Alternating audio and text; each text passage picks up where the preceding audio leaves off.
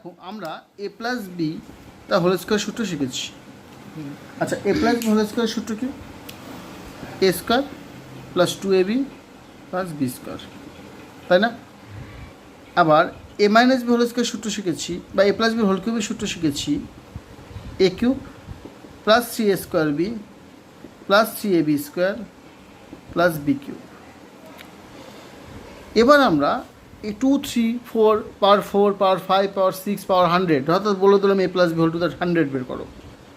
তারও একটা ফর্মুলা তৈরি করবো আমরা। তোমার এবার এই 2, 3 ছাড়া কি অন্য পাওয়ার হতে পারে না? হতেই পারে, যে কোনো একটা পাওয়ার, যে কোনো পাওয়ার দিতে পারে, 5, 6, 7 যে কোনো পূর্ণ সংখ্যার পাওয়ার যদি দেয় তাহলে আমরা মান নির্ণয় করা শিখব। আচ্ছা, আমরা কিন্তু আগে যে সূত্র শিখেছি সেই সূত্র থেকে সূত্রটা তৈরি করতে পারবো। কি সূত্র? দেখো, 2c1 মানে কত? 2c1 মানে কত? 2c0 মানে হচ্ছে 1, 2c1 মানে হচ্ছে 2, 2c2 মানে হচ্ছে 1, 3c1 মানে 3c0 মানে হচ্ছে 1, 3c1 মানে হচ্ছে 3, 3c2 মানে হচ্ছে 3, 3c3 মানে হচ্ছে 1। তাহলে এখানে যে 1 আছে গুণ, এখানে কত আছে? 2 আছে, এখানে আছে 1। তাহলে এই 1টাকে আমরা কী লিখতে পারি? 3c0 into a two the power 2, 3c1 into 3, এই 2টাকে লিখতে স্যার 2c1, 2c1 ইন্টু কত? এ টু দি পাওয়ার, দেখো এখানে 2 রয়েছে, এখানে একটা কমছে, দেখো স্কোয়ার ছিল, এটা এ হয়েছে, মানে লিখতে পারি 2 - 1 ইন্টু বি টু দি পাওয়ার 1, অর্থাৎ কি দেখো এর ঘাত একটা কমলো, বি এর ঘাত একটা বাড়লো, প্লাস বি NC2 মানে 2c2 ইন্টু কত? B square. অর্থাৎ এটা 2 ছিল, 2 থেকে 1 কমে ছিল, এখানে আরেকটা কমে এটা আউট হয়ে গেল, বিটা থাকলো শুধু। এটা দেখলে আরও ভালোভাবে বুঝতে পারবে। এখানে 1 আছে, 1টাকে আমরা লিখতে পারি 3c0 প্লাস 3টাকে লিখতে পারি 3c1, এর ঘাত একটা কমবে, 2 এখানে এর ঘাতটা কত? 3 ছিল, এখানে 3 - 1 হবে ইন্টু বি, দেখো 3a স্কোয়ার বি আসছে। 3c2, 3টাকে লিখতে পারি 3c2, এটা এখানে 1 কমে ছিল, তাহলে এখানে 2 কমবে, এটা তো 3 - 2 ইন্টু বি, বি এর কত? একটা বেরোচ্ছিল, এখানে 2টো বাড়বে, তার জন্য 3ab স্কোয়ার হলো, plus 3c3 into B cube হলো, এটা আউট হয়ে গেল। ঠিক একইভাবে যদি আমি এ প্লাস বি এর whole cube whole to the 4 বের করতে চাই, A plus B whole to the 4 এর সূত্র কি? দেখো নিজেরাই তৈরি করতে হবে, কোনো সূত্র না, আমি এই সূত্র অনুসারে 3 যখন ছিল তখন 3c0 লিখছি, 4 যখন থাকবে 4c1 4c0 লিখবো। এখানে এটা ছিল, তো এর সর্বোচ্চ এর পাওয়ার 3 লিখেছিলাম, এখানে এর পাওয়ার 4 হবে, প্লাস 4c1, এখানে এর পাওয়ার কত ছিল? 4 ছিল, এখানে 1 কমে 3 হবে, এখানে কত হবে? বি একটা বাড়বে, প্লাস 4c2, এখানে কত হবে? 2 কমবে, মানে এখানে 2 কমে হবে স্কোয়ার হবে, এখানে একটা বারে বের হবে বি স্কোয়ার,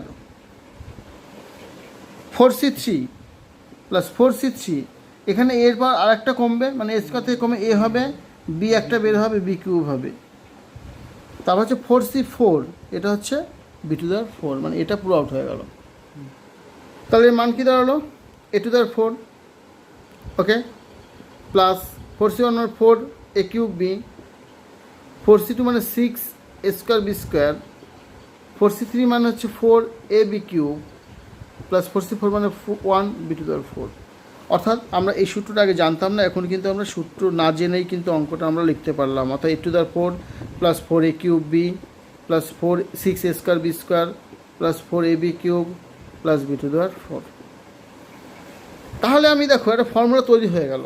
আমি ফর্মুলাটা কি, যদি এখানে যদি এ প্লাস বি 4 এর জায়গায় যদি এন থাকে, A plus B whole to the N থাকলে প্রথমটা কী হবে? NC0 মানে কত? A to the power N, plus NC1, এখানে 1 থাকলে এখানে n - 1 হবে ইন্টু বি, প্লাস NC2, এখানে 1 থাকলে n - 1 হচ্ছে, এখানে 2 থাকলে n - 2 হবে, A to the n - 2 B square, NC3 A to the n - 3 B cube, plus dot dot, আমরা 3টে টার্ম লিখলেই হয়, প্লাস ডট ডট দিয়ে শেষ টার্মটা কী লিখবে? NCn B to the power n।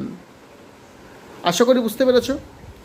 যদি এখানে এ প্লাস বি না থেকে এ প্লাস এক্স থাকতো, অর্থাৎ আমি ফর্মুলাটা মেনলি আরেকবার লিখি, অর্থাৎ ফর্মুলাটা কী দাঁড়ালো?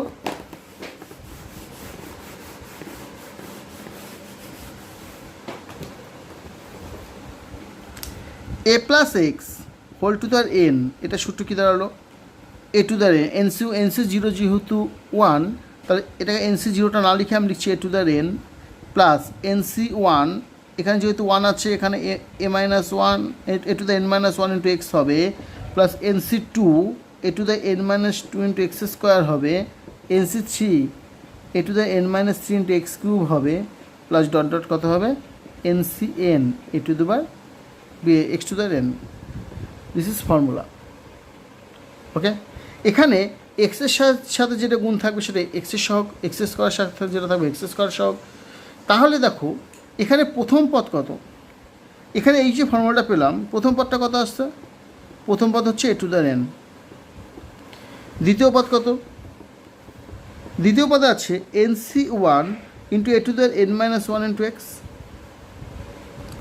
অর্থাৎ টি টু যদি হয় তার দ্বিতীয় পদ মান হচ্ছে NC one into A to the N minus one into x. অর্থাৎ দেখো যে দুই থাকে তখন এন মাইনাস ওয়ান হচ্ছে, তাই জন্য আমরা ফর্মুলা তৈরি করার জন্য বুদ্ধি করে লিখি, সেটা কী লিখবো, সুতরাং টি টুটাকে আমি ওয়ান প্লাস ওয়ান লিখতে পারি, এটা লিখতে পারি NC one A to the N minus one into x x to the one. যে টি থ্রি করি, টি থ্রি মানে তৃতীয় পদ, তৃতীয় পদ যদি করি এনসি টু হলো, এনসি তৃতীয় পদ কত ছিল NC two A to the N minus two into X square. সুতরাং ফর্মুলা তৈরি করার জন্য কী লিখবো, T to the two plus T three মানে টু প্লাস ওয়ান লিখবো। তাহলে দেখো এখানে টু থাকলে এখানে কত হচ্ছে NC two into A to the N minus two into X square.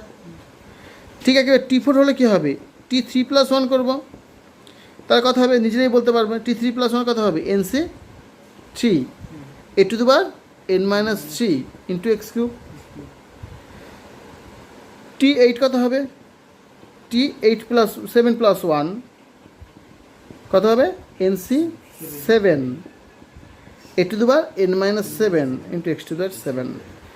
অর্থাৎ আমরা এখানে কিন্তু এনতম পদ বের করবো না, আমার যদি বলে আর প্লাস ওয়ানতম পদ বের করবো, এখানে আমরা কী করবো, দেখো এইটটাকে লিখছি সেভেন প্লাস ওয়ান, ফোরটাকে লিখছি থ্রি প্লাস ওয়ান, অর্থাৎ থ্রি কেন লিখছি ফর্মুলাটা তৈরি করার জন্য, তার কারণ হচ্ছে এখানে এইট থাকলে আমরা এখানে সেভেন লিখছি, অর্থাৎ এক করে কমছে, তাই জন্য সেভেন প্লাস ওয়ান করে লিখবো। তাই সূত্র মনে রাখার জন্য আমরা কী লিখবো, সুতরাং আর প্লাস ওয়ানতম পদ, এটাই সূত্র কিন্তু মেন, আর প্লাস ওয়ানতম পদ সমান সমান টি আর প্লাস ওয়ান, এটা মানে হচ্ছে NC R A to the power N minus R into X to the power R. This is formula NCR into A to the N minus R into X to the R. তোমরা একটা প্রশ্ন করতেই পারতে, সেটা পড়তেই পারো, সেটা কী হচ্ছে, যদি আমরা এখানে এটাকে পরে লিখি, এটাকে আগে লিখি সমস্যা, এক্সটাকে যদি পরে লিখি অসুবিধা নেই, কারণ প্লাস তো এই প্লাস এক্স আর এক্স প্লাস এ তো সেম, তাই জন্য এটাকে আমরা এইভাবেও লিখতে পারি NCR X to the power N minus R into A to the power আরও লিখতে পারি, কোনো সমস্যা নেই। একই এটা করলে যে যা অ্যান্সার আসবে, এটা করলে কিন্তু আলাদা অ্যান্সার আসবে, আলাদা আসবে, কিন্তু একই অ্যান্সার আসবে না, সুতরাং ভয় পাওয়ার কিছু নেই, দুটোই ঠিক। আশা করি বুঝতে পেরেছো। দেখো এখানে A plus x whole to the এনের সূত্র কি, A to the N plus NC one into A to the N minus one into X plus NC two into A to the N minus two into X square plus dot dot into X square plus dot dot dot কত NC N into X to the N. Okay, এবার আমরা তো এই সূত্র পেয়েছি, আমরা প্লাসের সূত্র পেলাম, মাইনাসের তো কোনো সূত্র পেলাম না।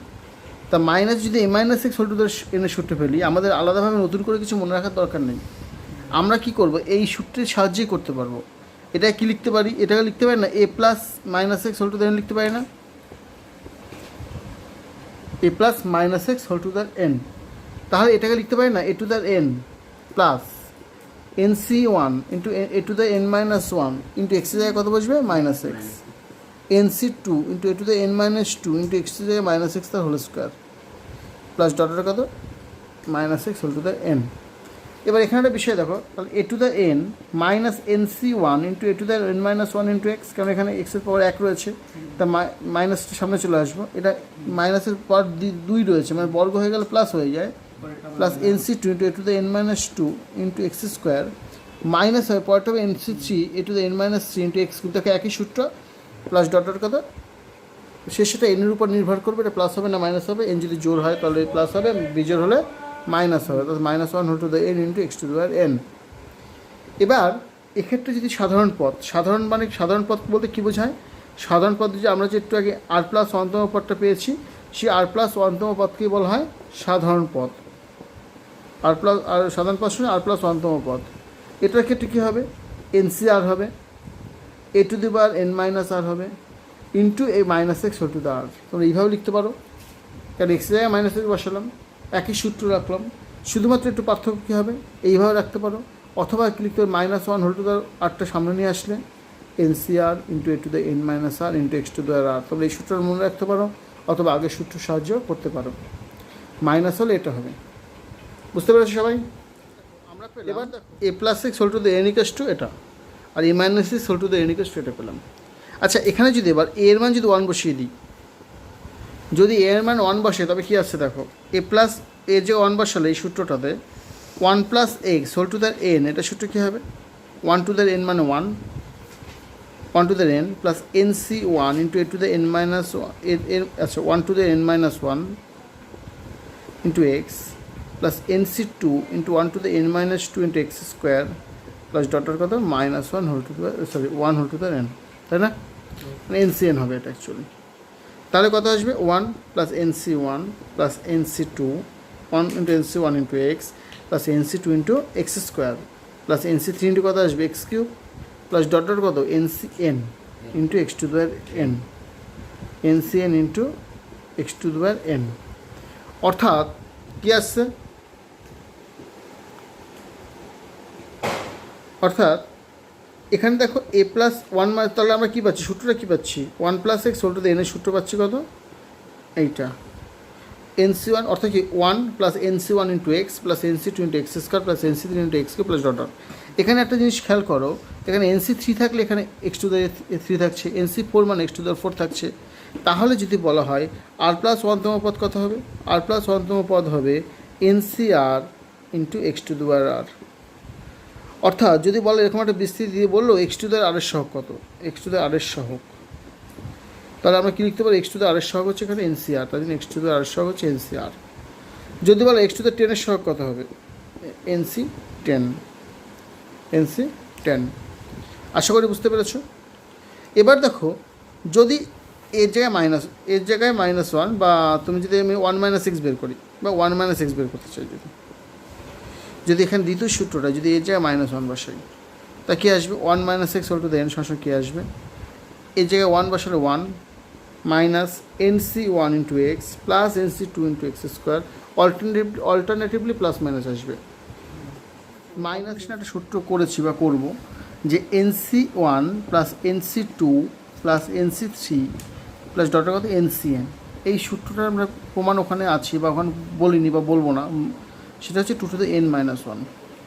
তাহলে সূত্র ওখানে ব্যবহার করবো কম্বিনেশনে গিয়ে, কিন্তু এখান থেকে এসছে সূত্রটা। সেটা কীভাবে, 1 plus x whole to the এনের সূত্র আমরা এই মাত্র পেলাম, এন সি 1 এন সি 0, তাই তো আমি লিখছি N C 0 plus N C 1 into X plus N C 2 into কত এক্স স্কোয়ার প্লাস ডটার কত N C N into X to the N.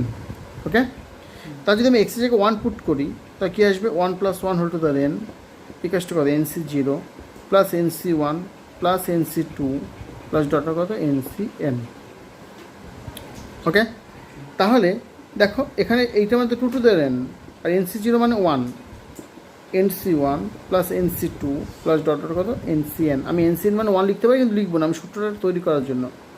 তার কথা হচ্ছে 1টা যদি বাদিকে নিয়ে আসছি, সূত্রটা কী আসছে, N C 1 plus N C 2 plus N C 3 plus ডটার কত N C N equals to কত 2 to the power n minus 1।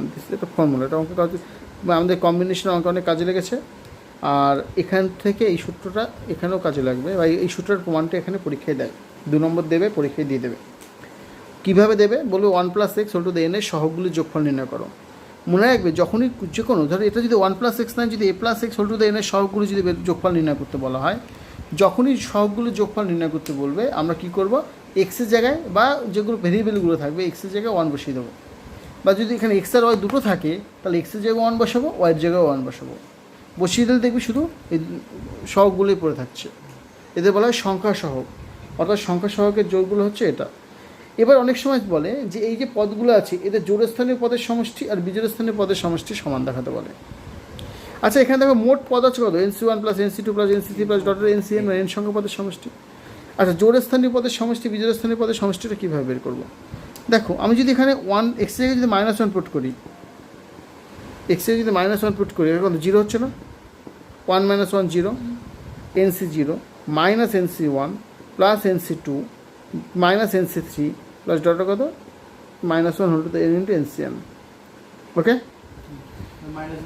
এবার দেখো যদি আমি এইটার এটা যোগ করে দিই, এই 1 নম্বর এটা 2 নম্বর, এই 1 আর 2 যোগ করে দিই, NC 0 আচ্ছা NC দ্বারা কাজ করি। আমি যদি এখানে না যোগ করি আমি এটার সাথে যোগ করি, এটা তো সূত্র পেয়ে গেলাম আমরা, এটা তো সূত্র পেয়ে গেলাম। আর 1 নম্বর সূত্র এইটাকে 1 নম্বর না দিয়ে আমরা এইটাকে যদি 1 নম্বর দিই, তাহলে এটা যদি আমি NC 0 লিখি, NC 0 আর NC 0 কত 2NC 0, ওকে 2 ইন্টু NC 0, এখানে NC 1 কেটে যাচ্ছে, NC 2 ইন্টু প্রথমটা থার্ড টার্মটা থাকছে দেখো NC 2, তারপরটা ফোর্থ টার্মটা কেটে যাবে, ফিফথ টার্মটা থাকবে 2 ইন্টু NC 4 প্লাস ডটার কত থাকবে, শেষেরটা আমরা লিখছি না।